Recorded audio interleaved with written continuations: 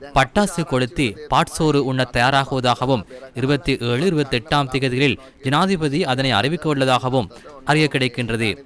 நாடு வங்குரோத்திலிருந்து மீண்டு சர்வதேச நிதி சந்தையில் பெருமதியான உறுப்பினராக மாறியுள்ளோம் என்று அறிவித்துள்ளதாகவும் கேள்விப்படுகின்றோம். அத்துடன் ஜனாதிபதி தேர்தலில் போட்டியிட உள்ளதாக கூறுவதை நாம் கேள்விப்படுகின்றோம். நாடு வங்குரோத்து அடைந்துள்ளதா என்று நாட்டு மக்களால் கூற முடியாது. அதனை சர்வதேச தர நிறுவனமே கூற வேண்டும். நாடு செலக்டிவ் டிஃபால்ட் ரேட்டிங்கிலிருந்து மீண்டு வர வேண்டுமாயின் குறைந்தபட்சம் CCC- மட்டத்திலாவது இருக்க வேண்டும்.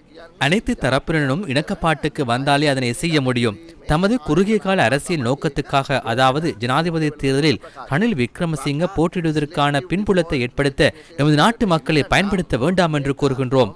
கடன் உரிமையாளர்கள் முன்வைத்துள்ள நிபந்தனைகள் நாட்டு மக்களை அதிக அளவில் பாதிக்கும். அதனை ஒருபோதும் செய்ய வேண்டியதில்லை.